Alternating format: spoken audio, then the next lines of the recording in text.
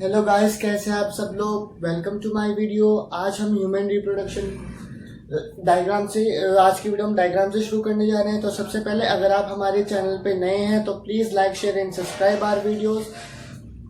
आई hope आप लोग lockdown में ठीक होंगे। तो चलिए अब हम स्टार्ट करते हैं। सबसे पहले हमने यहाँ पर एक डायग्राम बनाया हुआ है, that is the diagram of ovary. Ovary के अंदर क्या क्या प्रोसेस चलती है, अब हम उसको एक बार रिकॉल कर लेते हैं। अब तक हम ये पढ़ चुके हैं कि कैसे फीमेल के अंदर यानी कि फीमेल के अंदर oogenesis प्रोसेस चलती है। अब हम oogenesis प्रोसेस को और डिटेल में पढ़ेंगे। डिटेल में पढ़ने का मतलब है जो कुछ कंसेप्ट अभी भी आपके दिमाग में ऐसे हैं जो थोड़े बहुत कंफ्यूजिंग होंगे। अब आज की वीडियो देखने के बाद आपको वे सब कंसेप्ट जो है बहुत अच्छे से समझ में आ जाएंगे। कल मतलब पहले की जो वीडियोस है उनमें हम ये पढ़ चुके हैं कि कैसे सेकेंडरी oocyte बनी है। तो आज हम उसी चीज को एक डायग्रामेटिक व्यू की तरह देखते हैं। सबसे पहले हमने इनिशियल सेल का नाम पढ़ा था, दैट इज ओगोनिया। फिर ओगोनिया जो है प्राइमरी oocyte में डेवलप हो गई। फिर जो प्राइमरी oocyte है प्राइमरी फॉलिकल में डेवलप हो गई। अब जो प्राइमरी फॉलिकल है सेकेंडरी फॉलिकल में डेवलप हुआ। फिर सेकेंडरी फॉलिकल टर्शरी फॉलिकल में डेवलप हुआ और फिर टर्शरी फॉलिकल ग्राफिन फॉलिकल में डेवलप हुआ। अब हम इसको डायग्राम को और डिटेल में पढ़ेंगे by the help of questions के। कैसे क्वेश्चंस? अब एग्जाम में ये क्वेश्चन पूछा जाता है कि किस कंडीशन में एंट्रम का डेवलपमेंट होगा। किस कंडीशन में एंट्रम फ्लूइड का डेवलपमेंट होगा, वो है टर्शरी फॉलिकल स्टेज में। एंट्रम फ्लूइड में ये पार्ट हो गया आपका एंट्रम, इसमें होता है एंट्रम फ्लूइड। इस एंट्रम फ्लूइड में क्या क्या प्रेजेंट होता है? इस एंट्रम फ्लूइड में प्रेजेंट होता है दो hormone, that is androgen and progesterone, जो कि ओवेरियन हार्मोन है। उन हार्मोन को हमने ओवेरियन हार्मोन क्यों बोला? क्योंकि वे ओवेरी के अंदर एग का डेवलपमेंट करते हैं। अब एक बात ध्यान से देखना, जो टर्शरी फॉलिकल है, टर्शरी फॉलिकल के अंदर जो एग प्रेजेंट होता है यानी कि जो जेनेटिक मटेरियल प्रेजेंट होता है वो genetic material first meiosis process करेगा। तो कौन सी स्टेज में करेगा first meiosis process? Tertiary follicle stage में करेगा। अब जब टर्शरी फॉलिकल ग्राफिन फॉलिकल के अंदर डेवलपमेंट होगा तो एग के अंदर कौन सी लेयर का फॉर्मेशन होगा? That is zona pellucida. Zona pellucida layer का फॉर्मेशन कौन सी स्टेज में होता है? That is Graafian follicle stage में। अब जो ग्राफिन फॉलिकल स्टेज में सेकेंडरी oocyte बाहर निकल गया। अब प्राइमरी oocyte ये रहा, प्राइमरी oocyte कन्वर्ट हुआ सेकेंडरी oocyte में। सेकेंडरी oocyte में जोना पेलिसिडा लेयर का फॉर्मेशन हुआ और अब वो बाहर आ गया। जब सेकेंडरी oocyte कॉर्पस ल्यूटियम फट जाता है और जब सेकेंडरी oocyte बाहर आता है उस प्रोसेस को बोलते हैं ओव्यूलेशन। अब जो फीमेल के अंदर एग रिलीज होता है वो क्या होता है? वो सेकेंडरी oocyte होता है। ये बात ध्यान रखना, सेकेंडरी oocyte जो है ग्राफिन फॉलिकल स्टेज में ग्राफिन फॉलिकल बर्स्ट होगा जब बाहर निकलेगा और जो फीमेल एग है उसी को ही हम सेकेंडरी oocyte कहते हैं। अब आई होप आपको एग और ओवम में डिफरेंस पता चल गया होगा। एग तो होता है सेकेंडरी oocyte, ओवम बनेगा जब ओवम क्या होता है? जब सेकेंडरी oocyte सेकेंड म्यूसिस करेगी। अब एग हो गया हमारा सेकेंडरी oocyte और ओवम, हमें ये डिफरेंस क्लियर हो गया। अब हम पढ़ेंगे आगे कि कैसे जब एग रिलीज होता है उसके बाद क्या होता है। उसके बाद जो हमारा कॉर्पस ल्यूटियम है वो डीजेनरेट हो जाता है। जो हमारा ग्राफिन फॉलिकल है वो डीजेनरेट हो जाता है और एक न्यू स्ट्रक्चर बनाता है, दैट इज कॉर्पस ल्यूटियम। दोबारा सुनिए, आप ग्राफिन फॉलिकल ओव्यूलेशन के बाद यानी कि सेकेंडरी oocyte और एग के निकलने के बाद डीजेनरेट हो जाता है और एक स्ट्रक्चर बनता है कॉर्पस ल्यूटियम। अब हम आगे का टॉपिक जो है हमारा मेंस्ट्रुएशन साइकिल है, इससे अगली वीडियोस में हम वो पढ़ेंगे। उसमें हमें कॉर्पस ल्यूटियम का बहुत इंपॉर्टेंट रोल पढ़ना है, तो आप उसको जरूर पढ़ें। इस डायग्राम को आप बहुत अच्छे से समझ लें। ये डायग्राम आपके board exam point of view से बहुत ज्यादा इंपॉर्टेंट है। इसमें बहुत कंसेप्चुअल सवाल आएंगे और टर्शरी फॉलिकल और ग्राफिन फॉलिकल से रिलेटेड जितने भी क्वेश्चन मैंने आपको बताए हैं आप उनको जरूर रिमाइंड रखना। तो चलिए अब हम ये पढ़ते हैं कि कैसे फीमेल में हार्मोन का कंसेप्ट प्ले होता है। अब मेल में ये कंसेप्ट मैं पहले वीडियो में पढ़ा चुका हूँ और ये वीडियो का लिंक मैं डिस्क्रिप्शन बॉक्स में दे दूंगा। प्लेलिस्ट का लिंक भी डिस्क्रिप्शन बॉक्स में मिलेगा, आप उस कंसेप्ट को जाके जरूर पढ़ना, क्योंकि उस कंसेप्ट में आपके बहुत सारे कंसेप्ट क्लियर होंगे, तभी आप इस वीडियो को अच्छे से समझ पाएंगे। वैसे बाय द वे आपको ज्यादा प्रॉब्लम नहीं होगी, क्योंकि मैं इसमें भी कोशिश करूंगा अच्छे से अच्छे बताने के लिए। और आप अगर हमने कोई भी चैप्टर कंप्लीट करा है और हम न्यू चैप्टर स्टार्ट कर रहे हैं, तो उसके साथ साथ हमारी एक नई सीरीज लॉन्च होने वाली है जिसका नाम है एनसीईआरटी मार्किंग सीरीज। उसमें हम लाइन बाय लाइन आपको एनसीईआरटी डिटेल में पढ़ाएंगे और साथ ही साथ एनसीईआरटी बैक एक्सरसाइज भी सोल्व कराएंगे। तो प्लीज प्लीज प्लीज ये वीडियो आप ज्यादा से ज्यादा शेयर करें, ज्यादा से ज्यादा हमारे चैनल को सब्सक्राइब करें और लाइक करें। तो चलिए अब हम हार्मोन का कंसेप्ट पढ़ते हैं फीमेल में।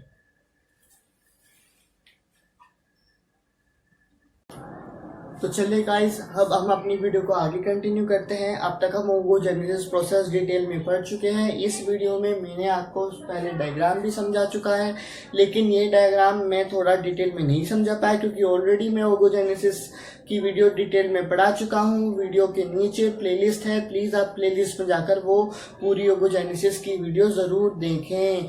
वो उस प्रोसेस में, ओवोजेनेसिस प्रोसेस में मैंने बहुत डिटेल में माइंड मैप्स के साथ आपको एक्सप्लेन करा है, उसमें आपकी बिल्कुल भी कंफ्यूजन नहीं रहेगी। सो प्लीज आप वीडियो के डिस्क्रिप्शन बॉक्स में जाकर मेरी ईमेल आईडी को भी चेक करें। अगर आप कोई भी वेरिफिकेशन के लिए मुझसे उस आईडी पर भी कॉन्टैक्ट कर सकते हैं, और मुझे इंस्टाग्राम पर फॉलो करना ना भूले, आईडी डिस्क्रिप्शन बॉक्स में मिलेगी। तो चलिए अब अपनी कंटिन्यू करते हैं। सबसे पहले टॉपिक का नाम है concept of hormone in female. हम मेल में ऑलरेडी पढ़ चुके हैं, अब हमें फीमेल में पढ़ना है। कुछ प्रोसेस, इनिशियल प्रोसेस हार्मोन की, प्यूबर्टी के टाइम कैसे हार्मोन रेगुलेट होते हैं, ये तो प्रोसेस सेम है, लेकिन हार्मोन के फंक्शन डिफरेंट है।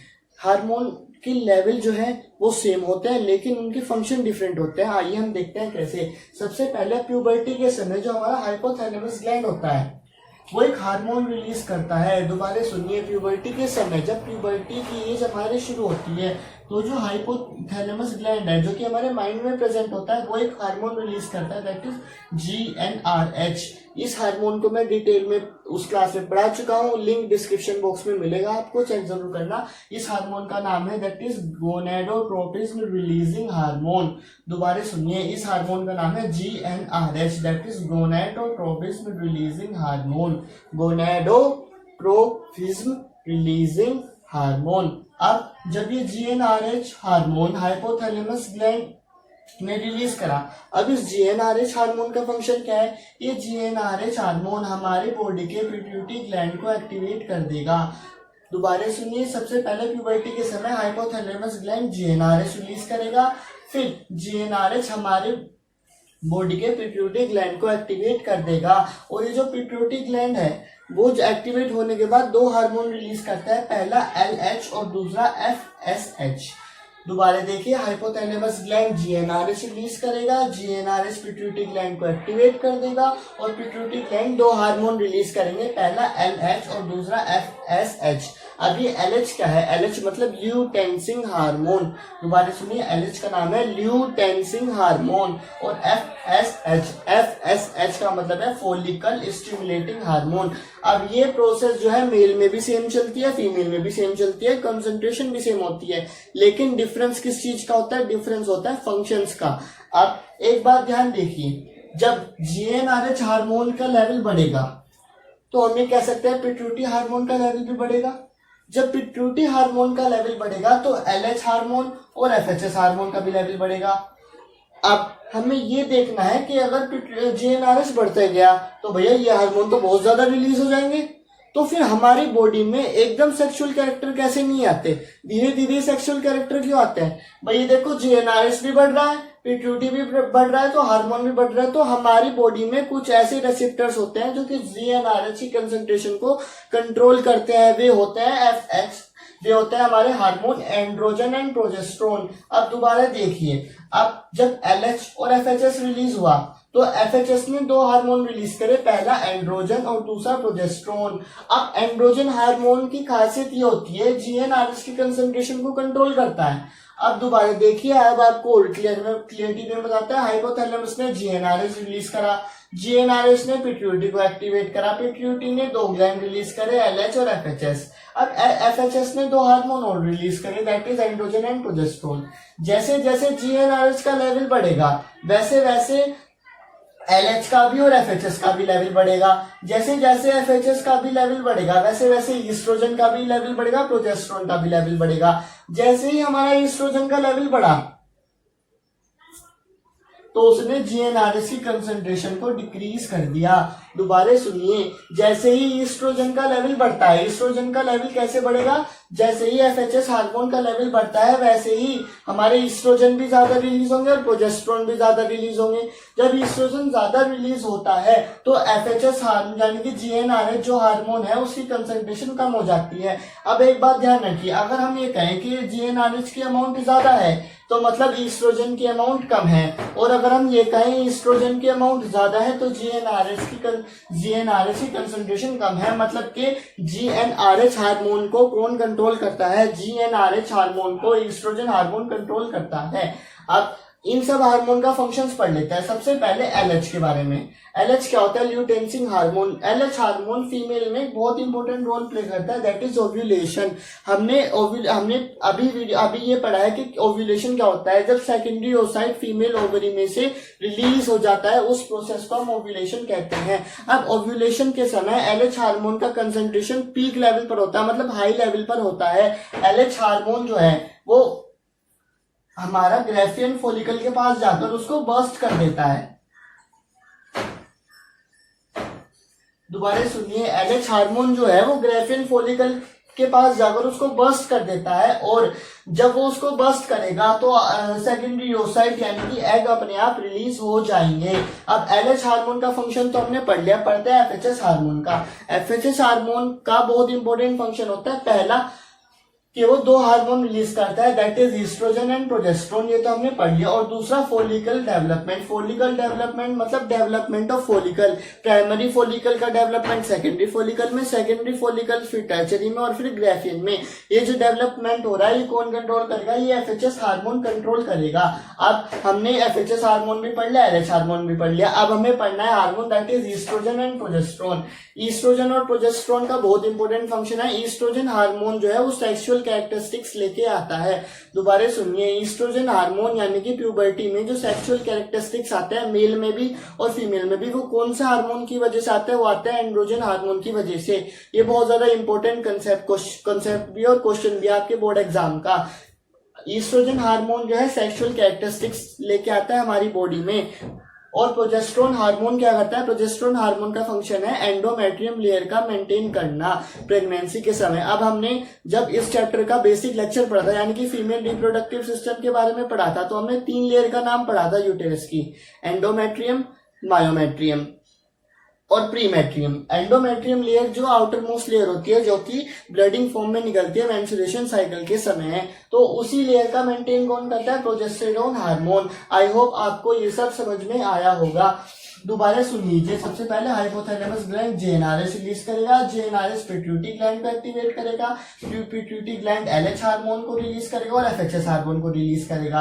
अब FHS हार्मोन जो है एस्ट्रोजन को रिलीज करेगा और प्रोजेस्टेरोन को रिलीज करेगा। अब जैसे जैसे GnRH की अमाउंट बढ़ेगी वैसे वैसे हमारी LH और FHS की अमाउंट भी बढ़ेगी और साथ ही साथ एंड्रोजन की अमाउंट बढ़ेगी। जैसे ही एंड्रोजन हार्मोन की अमाउंट बढ़ी तो उसने एक काम किया, GnRH की कंसंट्रेशन को कम कर दिया। ये इसको सीसा फीडबैक मैकेनिज्म भी बोलते हैं। ये थोड़ा एनसीईआरटी से एक्स्ट्रा हो गया, लेकिन आप इस चीज को याद रखना, और ये बहुत ज्यादा इंपॉर्टेंट कंसेप्ट है आपकी board exam point of view से। सभी हार्मोन का फंक्शन मैंने बता दिया है, ये हार्मोन का फंक्शन बहुत पूछे जाता है बोर्ड एग्जाम में। आई होप आप इस चीज को देख लेंगे। So thank you for watching my video. Description में मुझे इंस्टाग्राम पे ज्वाइन करना मत भूलना, ईमेल आईडी मेरी डिस्क्रिप्शन बॉक्स में होगी। कोई भी वेरिफिकेशन के लिए आप मुझे कॉन्टेक्ट कर सकते हैं। Please like, share and subscribe my channel ताकि ज्यादा से ज्यादा बच्चों को ये वीडियो पहुंचे। और एनसीईआरटी मार्किंग सीरीज के बारे में मत भूलना जो कि हम अभी लॉन्च करने वाले हैं, जिसमें हम आपको NCERT line by line detail में एक्सप्लेन करेंगे और एनसीईआरटी वर्ड्स को लर्न करने की ट्रिक्स भी उसमें बताएंगे, क्योंकि बोर्ड एग्जाम्स कॉपी में एनसीईआरटी वर्ड्स बहुत ज्यादा ढूंढे जाते हैं। आपको एनसीईआरटी लाइन बाय लाइन पढ़ाते समय क्वेश्चंस भी बताए जाएंगे। सो please like, share and subscribe my channel. और हम नई नई सीरीज लॉन्च करेंगे जिसमें टेस्ट सीरीज भी होंगी और बहुत अच्छे अच्छे प्लान्स होंगे। So please like, share and subscribe our channel. Thank you for watching my video and be safe at home.